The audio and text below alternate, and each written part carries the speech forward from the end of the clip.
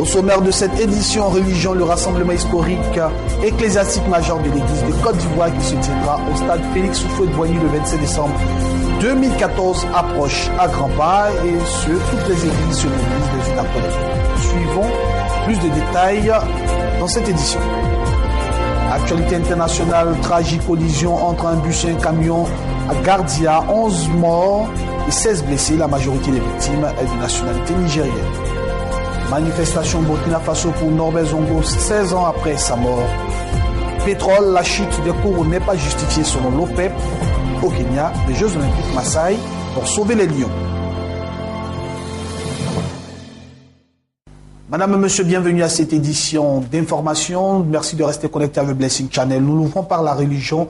Comme annoncé dans les titres, rassemblement historique et ecclésiastique majeur de l'Église de Côte d'Ivoire qui se tiendra le samedi 27 décembre 2014 au stade Félix Houphouët-Boigny qui approche à grands pas.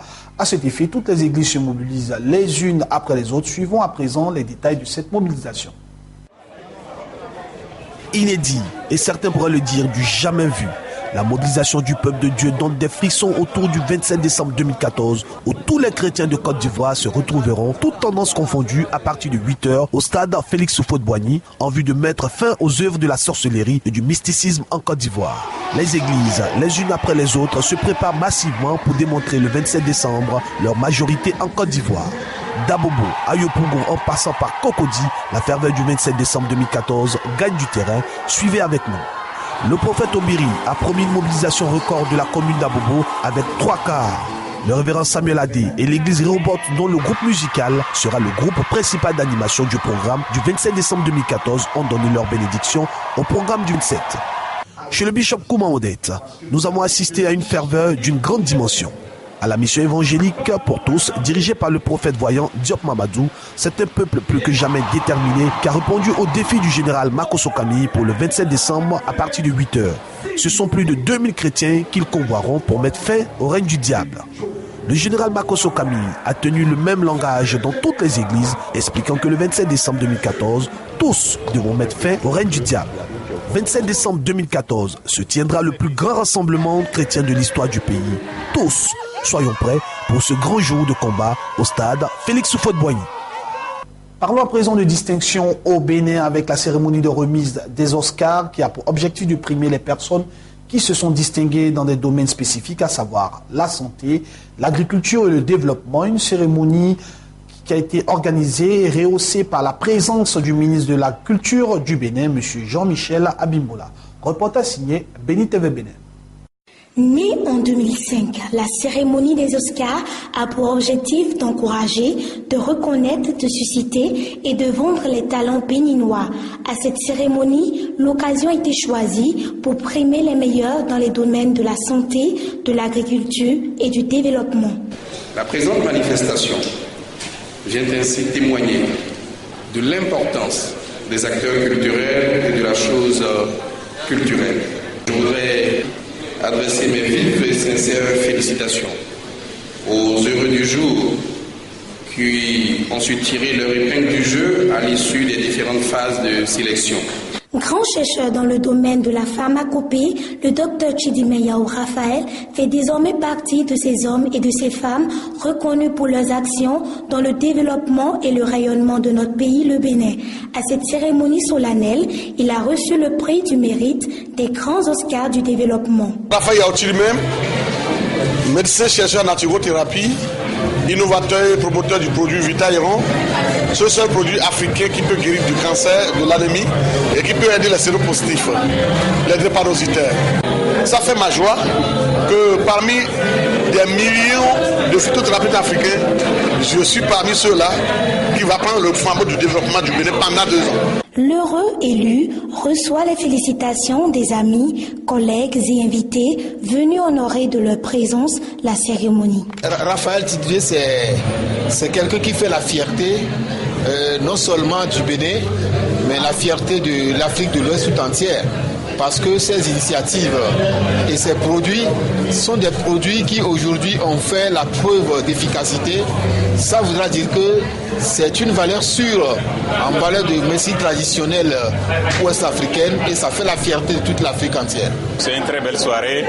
On se devait d'être là parce que nous avons nos amis ici qui sont récompensés.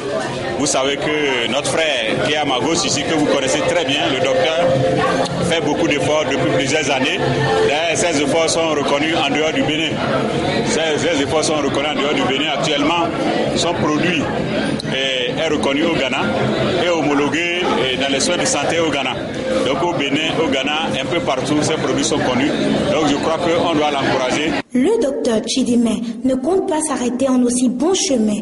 Il promet rendre plus profondes ses recherches qu'il mettra au service de la nation béninoise. Au Burkina Faso, à présent, des milliers de personnes ont manifesté le samedi dernier à Ouagadougou en hommage à Norbert Zongo, un journaliste burkinabé assassiné il y a de cela 16 ans, le 13 décembre 1998, sous la présidence de Blaise Compaoré.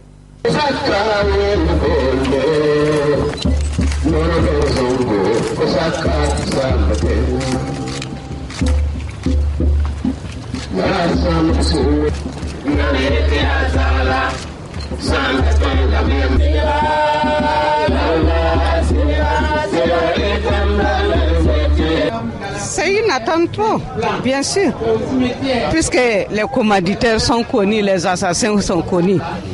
On pouvait bien les arrêter, mais pourquoi les laisser partir? Donc 16 ans, c'est trop.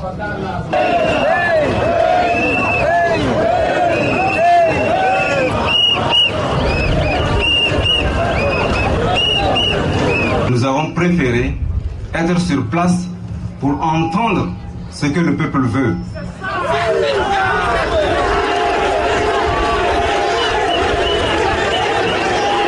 Et le message est très clair.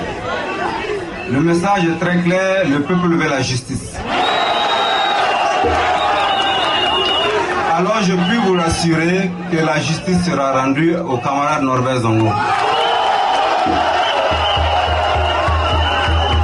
Justice sera rendue à tous ceux qui sont tombés sous les balles assassines du président Blaise Compaoré. Nous allons y travailler. La fuite des présumés commanditaires, nous supposons que les menaces et les peurs qui pesaient sur tous ceux qui ont des choses à dire se sont éloignées et que des témoignages viendront étayer les dossiers. Nous espérons que des magistrats se saisiront du dossier pour les rouvrir et l'instruire conformément aux règles des droits. Norbert Zongo, ici le pays réel te rend hommage. Le gouvernement de transition dit qu'il veut aussi te rendre hommage. Nous n'avons rien contre. Mais cet hommage ne peut être sincère et honnête que s'il est accompagné de la vérité et de la justice. Au Soudan du Sud, la guerre civile fait ravage depuis maintenant 1 an. Le jeune Soudan du Sud sur fond de rivalité entre le président Salva Kiir et son ancien vice-président Riek Machar, respectivement Dinka et Noua, il faut le préciser, les deux principales ethnies de la nation indépendante. Autrefois, cette église servait de sanctuaire pour les habitants de Bor. C'est désormais le tombeau d'une quarantaine de personnes massacrées il y a 1 an. Cette femme est la seule survivante. Aveugle, elle reste traumatisée par les cris des mourants. Ils m'ont trouvé ici et ils m'ont traîné dans le camp où ils tuaient les gens. Il y avait beaucoup de gens et ils ont commencé à les tuer. J'ai entendu les balles. Je pense que Dieu m'a sauvée. Une année s'est écoulée au Soudan du Sud depuis les premiers affrontements entre plusieurs factions militaires dans la capitale, Djouba, le 15 décembre 2013. Point de départ d'une guerre civile sanglante qui s'est ensuite étendue dans tout le pays. Le président Salva Kiir et son rival, l'ancien chef de l'État Riek Machar, ont conclu plusieurs cessez-le-feu. Mais aucun n'a duré plus de quelques jours. Et de nombreux observateurs doutent désormais d'une résolution rapide du conflit. Nous devons craindre le pire. Nous devons craindre de voir les abus continuer. Et nous allons continuer de voir une division très dangereuse et vraiment effrayante entre les deux plus grands groupes ethniques du Soudan du Sud. La rivalité politique a rapidement dégénéré en un conflit ethnique, marqué par des massacres entre populations. D'un côté les Dinka, fidèles au président Kiir, et de l'autre les Nuer, soutien de l'ex-président Machar. Entre 50 et 100 000 personnes ont péri dans le conflit et près de la moitié des 12 millions d'habitants du pays survivent désormais grâce à l'aide humanitaire. Simonton fait partie des 2 millions de réfugiés qui ont fui les combats. Il s'inquiète pour l'avenir des jeunes dans ce pays désormais fortement touché par le chômage et inondé d'armes à feu. Nous sommes revenus en arrière de 21 ans. Nous sommes revenus au même point. C'est un cycle. Nous rêvions de paix, mais maintenant nous sommes revenus à la guerre. Après une année d'un conflit terrible, les rêves de paix du plus jeune État du monde semblent bien loin. Nous restons toujours au Soudan du Sud, tout juste un an après le début de combat, la guerre civile dans ce pays qui a fait des dizaines de milliers de morts montre ainsi aucun signe d'apaisement et les organisations humanitaires redoutent ainsi une nouvelle partie de violence et de famine. Indépendant depuis le 9 juillet 2011, le plus jeune pays du monde est déchiré en ce moment depuis un an par des antagonismes politico-ethniques qui ont entraîné d'innombrables atrocités. Suivons ensemble cette vidéographie. Le 9 juillet 2011, après plus de 2 décennies de guerre et un processus d'autodétermination entamé en 2005, la partie sud du Soudan devient indépendante. Le nouvel État prend pour nom Soudan du Sud et installe sa capitale à Djouba. Khartoum reconnaît immédiatement son nouveau voisin. Depuis le 15 décembre 2013, le plus jeune État du monde est de nouveau plongé dans la guerre civile. Un conflit avant tout politique et interne au régime, l'ancien vice-président Riek Machar s'oppose au président Salva Kiir, à l'intérieur du parti au pouvoir, issu de la rébellion sudiste ayant conduit le pays à l'indépendance. Un conflit qui a aussi pris un caractère ethnique. Il a débouché sur des massacres entre ethnies Dinka et Nuer, les 2 principales communautés du pays, dont sont respectivement issus Kiir et Machar. Mais certains Dinka ou Nuer soutiennent l'autre camp, car les communautés sont divisées en sous-communautés aux intérêts parfois contradictoires. Les conséquences pour le pays sont désastreuses. Des milliers de morts, 1,5 million de déplacés, la production de pétrole, principale source de richesse, partiellement à l'arrêt, une situation alimentaire catastrophique, 1/3 de la population est menacée de famine et 1 million d'enfants de moins de 5 ans souffrent de malnutrition sévère. 11 morts et 16 blessés, la majorité des victimes est ainsi nigérienne. 9 immigrés nigériens en situation de reconduite vers leur pays d'origine a été parmi les victimes, selon la protection civile qui précise en ce moment qu'une collision frontale entre un bus transportant des ressortissants nigériens et un autre transportant des fruits et légumes a entraîné ce dramatique accident. 9 immigrés nigériens tués dans un accident de la route en Algérie. Ils ont trouvé la mort alors qu'ils étaient en voie de reconduite vers leur pays. L'autocar qui les transportait est entré en collision avec un camion. L'accident qui s'est produit près de Gardaïa, à 600 km au sud d'Alger, a également fait 2 autres victimes, le chauffeur de bus algérien et son accompagnateur. Des dizaines de Palestiniens ont manifesté en soutien au centre culturel français de Gaza qui a été attaqué le vendredi dernier, 12 décembre 2014.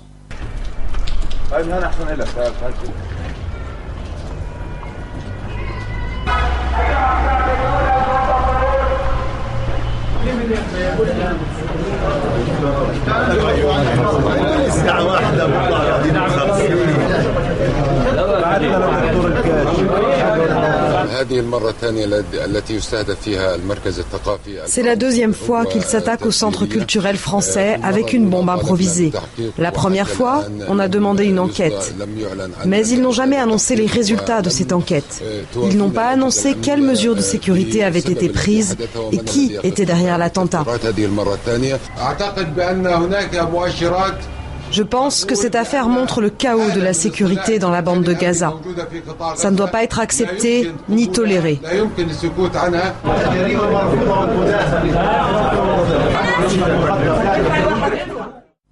Parlons à présent de climat. De nombreux observateurs se montrent ainsi sceptiques sur la portée de la conférence de Lima où les participants ont reçu le dimanche dernier, 14 décembre 2014, à trouver in extremis un accord en vue de limiter le réchauffement climatique.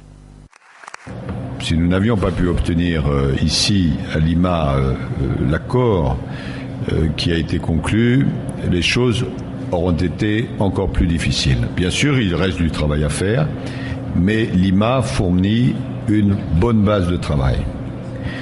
Et nous avons l'intention de mener ce travail ensemble, le Pérou, la France et tous les autres. Les résultats de cette conférence sont extrêmement minces, car on ne sait pas si l'accord qui doit être adopté l'année prochaine à Paris comportera des aides financières pour les pays pauvres afin de les aider à limiter leurs émissions de gaz à effet de serre et à s'adapter au changement climatique. On ne sait pas également si chaque pays va prendre sa part à l'effort global.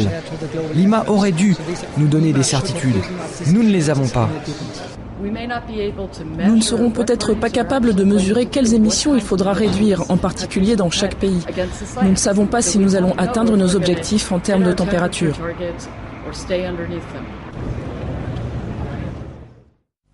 Opération escargot des taxis franciliens contre l'américain Uber, il faut le dire, fâché contre la concurrence déloyale du géant américain Uber. Des chauffeurs de taxi ont entamé le lundi dernier 15 décembre 2014 une opération escargot depuis les aéroports parisiens.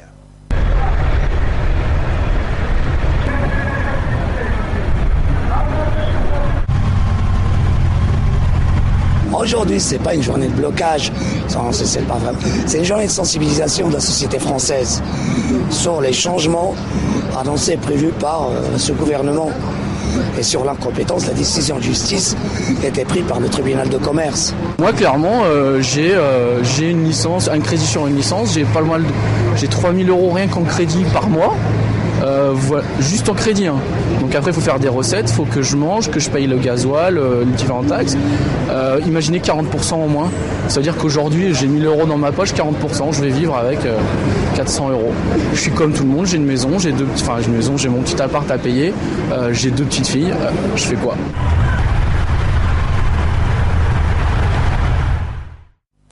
Le secrétaire général de l'OPEP a déclaré que l'état du marché ne justifie pas l'effondrement actuel des cours du pétrole, pointant ainsi du doigt une probable spéculation dimanche dernier en marge du forum de Dubaï.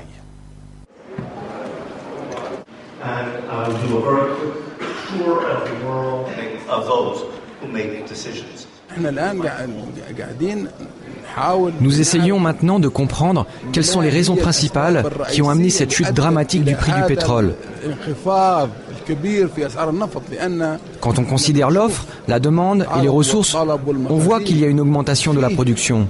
C'est simple, et cela ne devrait pas amener à cette chute énorme qui a atteint les 50% aujourd'hui. Pendant les 4 dernières années, le prix du baril de pétrole a atteint plus de 100 $. Il y a des pays comme les États du Golfe qui ont bénéficié de cette hausse en sécurisant de larges réserves, ce qui va les aider à faire face à ces circonstances difficiles qui pourraient avoir lieu en 2015. L'OPEP ne précise pas de prix, mais nous avons toujours essayé d'atteindre un prix juste pour le consommateur et le fournisseur.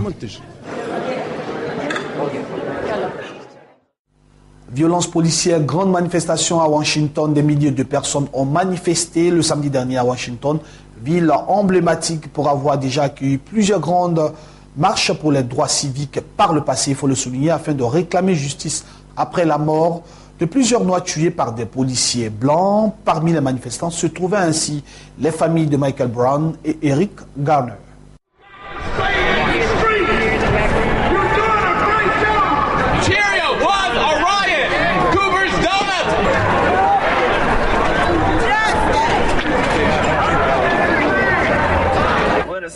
Quelle marée humaine! S'ils voient cela et ne changent pas, alors je ne sais pas ce qu'il faut faire.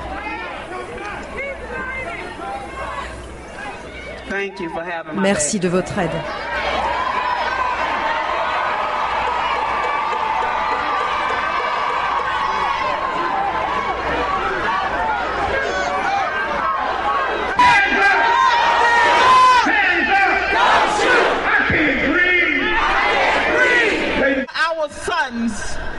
Nos fils ne sont peut-être pas ici avec nous, mais ils vivent en chacun d'entre vous. Aujourd'hui, vous les avez fait revivre. Notre fils est métis, donc cela a beaucoup d'importance pour nous. Il voit les deux côtés des choses. Il comprend les opinions de ses amis des deux côtés. Parfois, il a du mal à comprendre pourquoi le monde marche comme ça. Il veut que tout le monde puisse s'entendre.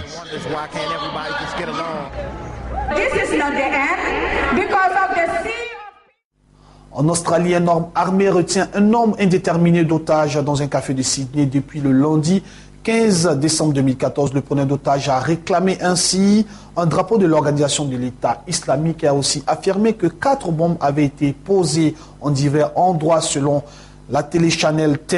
5 personnes ont pu sortir de l'établissement sans qu'on ne sache dans l'immédiat si ces personnes se sont enfuies ou si elles ont été libérées.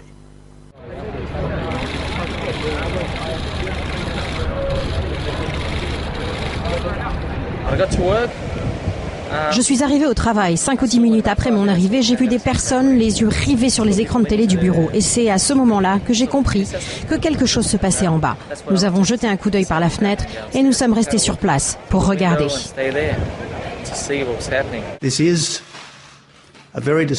C'est un incident très troublant. Je peux comprendre les inquiétudes et angoisses du peuple australien dans un moment comme celui-ci.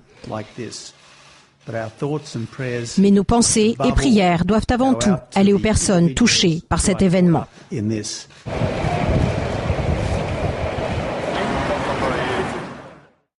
Terminons cette édition d'information par un mot de sport. Au Kenya, des Jeux Olympiques, Maasai pour sauver les lions, bondissant dans les airs, brandissant leurs lances en guise de javelot. Les chasseurs de lions au Kenya ont rivalisé d'adresse le samedi dernier des Jeux Olympiques.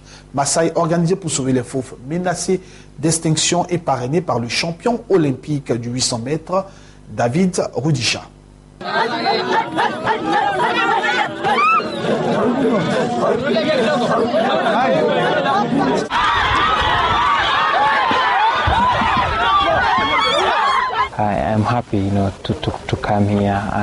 Je suis heureux de venir ici, de faire partie de mon peuple et d'essayer de les éduquer à ne pas tuer les animaux sauvages parce que nous en tirons beaucoup de bénéfices.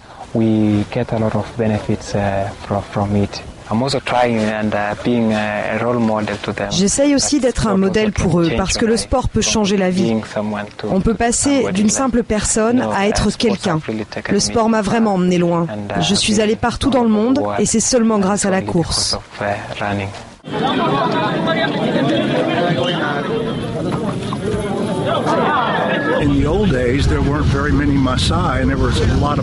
Dans l'ancien temps, il n'y avait pas tant de Maasai et il y avait beaucoup de lions qui attaquaient le bétail.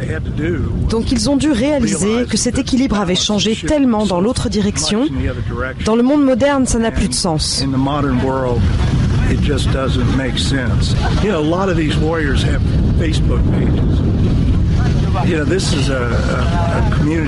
Vous savez, ces guerriers ont des pages Facebook. C'est une communauté en transition. C'est vraiment un mélange de vie traditionnelle qu'ils veulent préserver et de vie moderne. Mais comme l'a dit un ancien, nous devons l'améliorer pour la préserver. En disant cela, il voulait dire que nous devons arrêter de tuer la vie sauvage.